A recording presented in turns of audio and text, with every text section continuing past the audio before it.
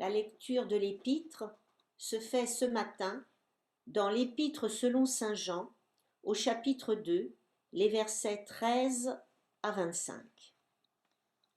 La Pâque des Juifs était proche, et Jésus monta à Jérusalem. Il trouva dans le temple les marchands de bœufs, de brebis et de colombes, ainsi que les changeurs qui s'y étaient installés. Alors, s'étant fait un fouet avec des cordes, il les chassa tous du temple, et les brebis et les bœufs. Il dispersa la monnaie des changeurs, renversa leurs tables.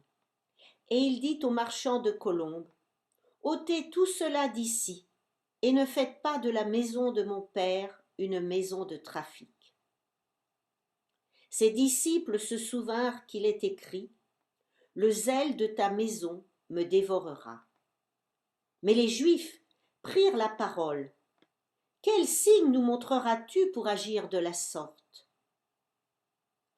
Jésus leur répondit, « Détruisez ce temple, et en 3 jours je le relèverai. » Il a fallu 46 ans pour construire ce temple, et toi, tu le relèverais en 3 jours?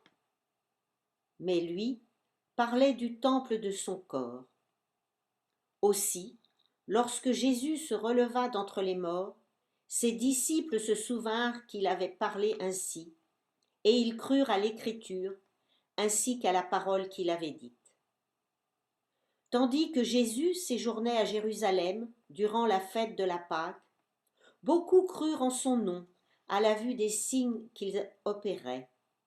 Mais Jésus, lui, ne croyait pas en eux, car il les connaissait tous, et il n'avait nul besoin qu'on lui rendît témoignage au sujet de l'homme. Il savait quant à lui ce qu'il y a dans l'homme. Ce matin, dans l'Évangile, nous assistons à un épisode bien connu, présent dans les 4 évangiles, celui dans lequel Jésus chasse les marchands du temple. Il y a des points communs entre ces évangiles, mais également des différences, et en particulier dans l'évangile selon saint Jean. En effet, dans les 3 textes de Matthieu, de Marc et de Luc, nous sommes après l'arrivée de Jésus à Jérusalem, sur l'Annon, épisode que nous fêterons le dimanche des Rameaux, et nous sommes donc à ce moment-là, dans ces textes, dans la dernière semaine de la vie de Jésus, semaine riche en enseignements si l'on regarde les évangiles cités. Mais chez Jean, le texte se trouve au tout début de l'évangile, comme pour mettre en avant son action théologique dans le monde. Et en effet, Jean le Baptiste est toujours vivant à cet instant, lui qui parlera de Jésus au chapitre 3. Il s'agit donc d'une autre Pâque que celle pendant laquelle se passera la crucifixion du Christ. Jésus arrive dans le temple de Jérusalem, sur la colline, et il trouve ce temple, la maison de Dieu par excellence, celle qu'avait voulu Salomon en moins 950 environ, même si ce premier temple avait été détruit au moment de la déportation des Juifs pour l'exil en moins 587, puis il avait été reconstruit vers moins 515 et agrandi par Hérode le Grand. Nous sommes donc dans ce temple très grand, encore en travaux, et qui est composé, je vous le rappelle, de cours concentriques successives, dont la première était ouverte à tous, y compris aux non-juifs et aux marchands. Puis, plus on s'approchait du Saint des Saints, plus l'accès en était restreint. Il y avait la cour des femmes, la cour d'Israël, la cour des prêtres, pour finir avec le Saint des Saints, où se trouvait l'arche d'alliance qui contenait les tables de la loi, et un pot qui avait contenu de la manne de l'Exode, et le bâton d'Aaron, tout cela derrière un rideau. Nous voyons donc l'importance spirituelle du temple et ce qu'il pouvait y avoir de choquant à tout ce qui se passait dans cette première cour. Et en effet, Même s'il y avait les besoins d'un marché avec du bétail, des brebis, des bœufs, nous dit le texte, des colombes pour les offrandes rituelles, et aussi des changeurs de monnaie, puisque des personnes venaient de tous horizons avec des monnaies différentes, dont certaines étaient à l'effigie de monarques comme César, et qu'il était interdit d'acheter les offrandes avec ce type de monnaie. Donc même si c'était très pratique, nous pouvons nous poser des questions. Et ce matin, j'aurai 3 questions. La première question est, cette première cour du temple, même ouverte à tous, était-elle le meilleur endroit pour le commerce des animaux? En effet, cette cour, le parvis des païens, ressemblait plus à une foire qu'à un lieu de passage vers des cours de recueillement, et donc chacun était obligé de passer par là pour aller plus loin. Les Juifs ne pouvaient pas utiliser un autre chemin pour aller dans les cours successives qui leur étaient réservées. Et on voit donc dans le texte Jésus irrité de tout ce commerce, même légal. Ôtez tout cela d'ici et ne faites pas de la maison de mon Père une maison de trafic. Et Jésus fabrique un fouet avec des cordes pour chasser les marchands et les changeurs. Mais la traduction que nous venons de lire, que je viens de lire, n'est pas complètement exacte. Mot à mot, et là je crois les exégètes et ceux qui connaissent le grec et l'hébreu, parce que je ne connais rien à ces langues, le texte dit « Tous il les chassa hors du temple, les deux, les moutons et les bovins, et les changeurs, il dispersa les pièces et les tables, il renversa. » Et ces mots qui sont légèrement différents montrent que Jésus chasse uniquement avec le fouet les animaux et pas les hommes. Et encore uniquement les gros animaux, pas les colombes, que les marchands ne pourraient pas retrouver s'ils ouvraient les cages, quand il leur dit « Ôtez tout cela d'ici et ne faites pas de la maison de mon Père une maison de trafic. » Il ne veut pas vraiment dépouiller les marchands de leur gagne-pain. Non, il veut poser un geste prophétique et ne pas spolier réellement ses commerçants. Et ce que Jésus dénonce, plus que les hommes qui sont là et qui finalement gagnent leur vie avec ce trafic d'animaux, ce que Jésus dénonce, c'est la relation tarifée entre les hommes qui achètent des animaux et Dieu. Et même si c'était la coutume, et après tout, souvenons-nous que les propres parents terrestres de Jésus ont fait de même en achetant des colombes après sa naissance, eh bien Jésus, il vient pour changer la relation entre Dieu et les hommes. Il vient pour en faire une relation gratuite, sans aucun sacrifice, même d'animaux. Et pour ceux qui ont suivi le culte dimanche dernier, cela peut faire un écho avec la prédication du pasteur Didier Petit. Aucun sacrifice même d'animaux, alors que Abraham pensait à l'époque être juste d'accepter le sacrifice d'Isaac. Et Jésus marque ainsi le changement de pratique religieuse, comme il a osé le faire aussi aux noces de Cana, quand il a changé l'eau de purification en vin. Alors on pourrait imaginer que les Juifs pieux, ceux qui venaient se recueillir dans le temple, soient contents que quelqu'un fasse le ménage, même si, d'accord, ce marché en plein air était pratique et évitait d'aller en ville acheter des colombes ou des brebis pour le sacrifice.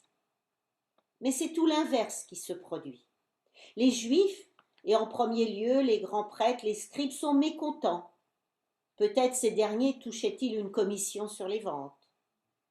Et on pourrait imaginer qu'ils appellent la police du temple contre les agissements de Jésus.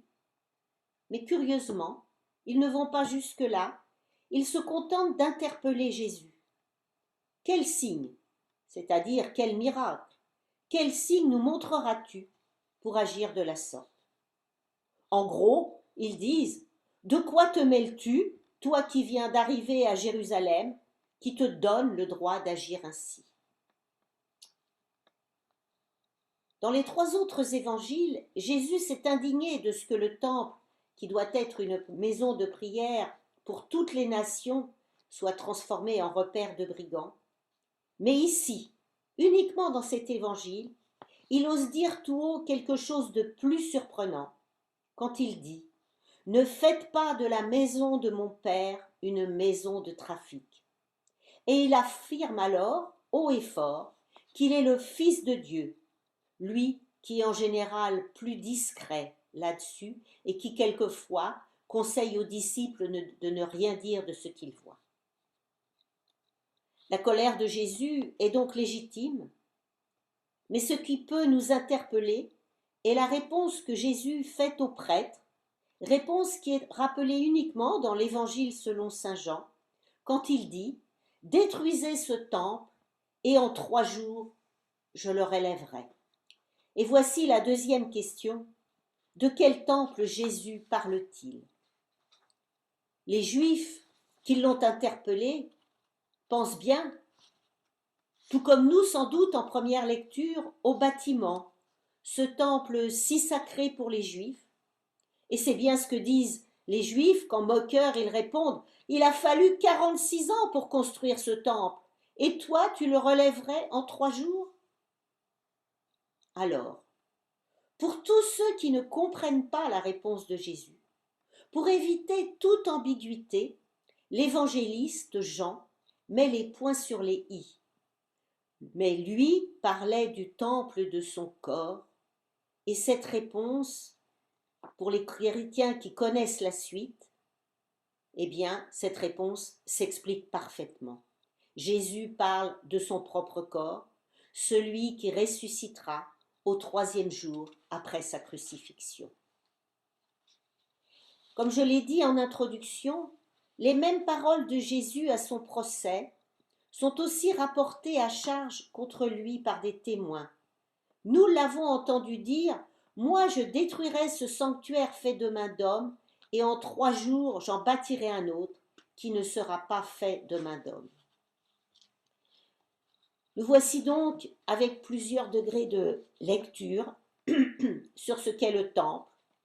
Le premier, qui nous parle d'un bâtiment de pierre construit par les hommes, et le deuxième, plus complexe, plus spirituel, un temple créé par Dieu, un temple qui est le corps terrestre de son Fils Jésus, mais aussi d'autres peut-être par extension. Et nous arrivons à la 3e question, n'y a-t-il pas d'autres symboles dans ce texte?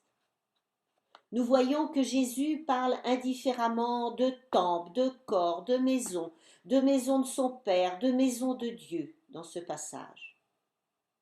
Mais au-delà d'un bâtiment, d'une maison, ou même de son corps, de quoi également Jésus peut-il ou veut-il parler de manière symbolique? Et dans les épîtres, Paul définit à plusieurs reprises ce que représente le corps par rapport à Dieu.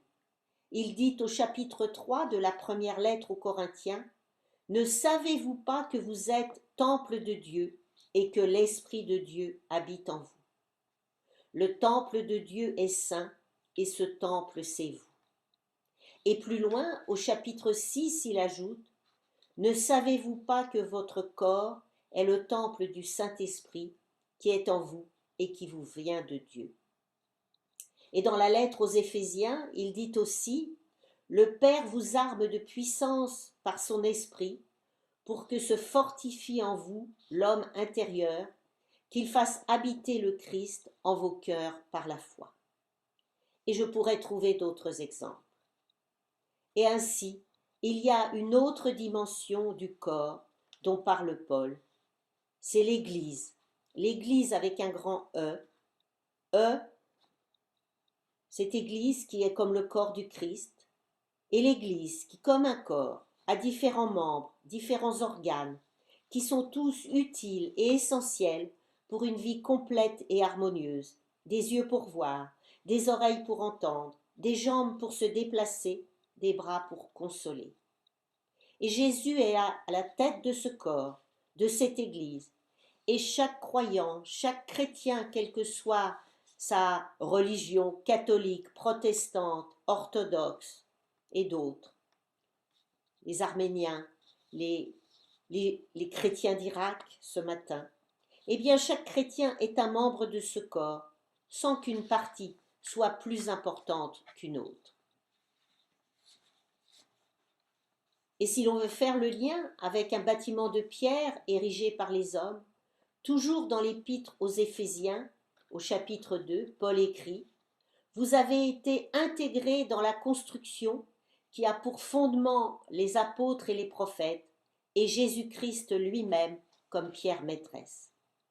C'est en lui que toute construction s'ajuste et s'élève pour former un temple saint dans le Seigneur. C'est en lui que vous aussi, vous êtes ensemble intégrés à la construction pour devenir une demeure de Dieu par l'Esprit. » Ainsi donc, en réponse à cette troisième question, Jésus parle aussi de notre corps à nous, nous, individus humains, et aussi de l'Église comme un tout.